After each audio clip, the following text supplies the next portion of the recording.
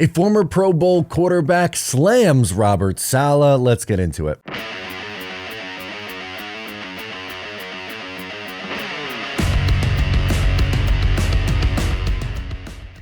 What's up, guys? Matt O'Leary back with another video. Today we are getting into Alex Smith saying some pretty harsh things about Robert Saleh. We'll talk about if it's true or not.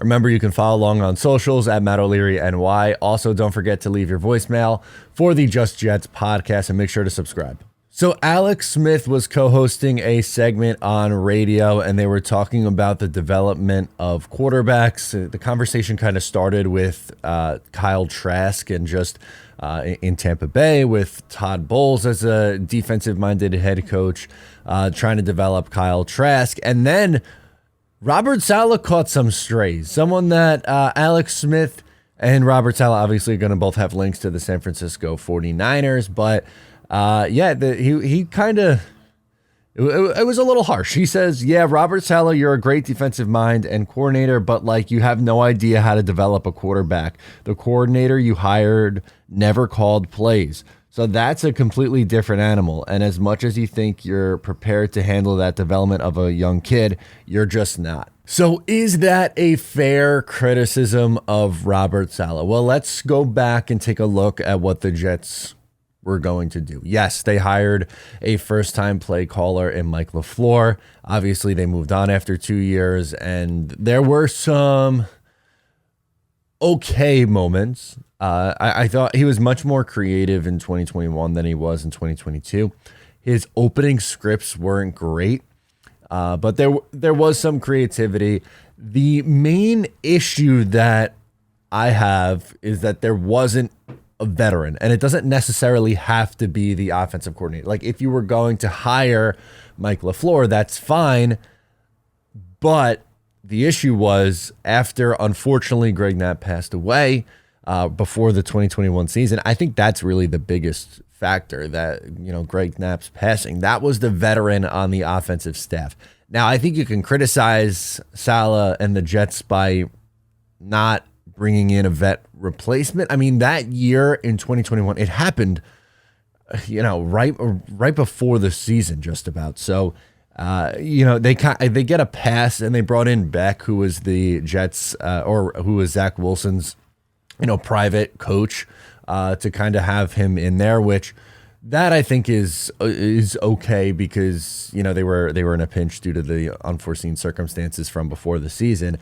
The issue is really, I think, in going into the second year, that they never really added that extra vet. I mean, Rob Calabrese being, you know, tasked with developing the Zach Wilson as your quarterback coach, a very inexperienced guy. He's a few years out from, you know, calling plays on or being an offensive coordinator out on Staten Island. Like he's really not that far removed from that. So.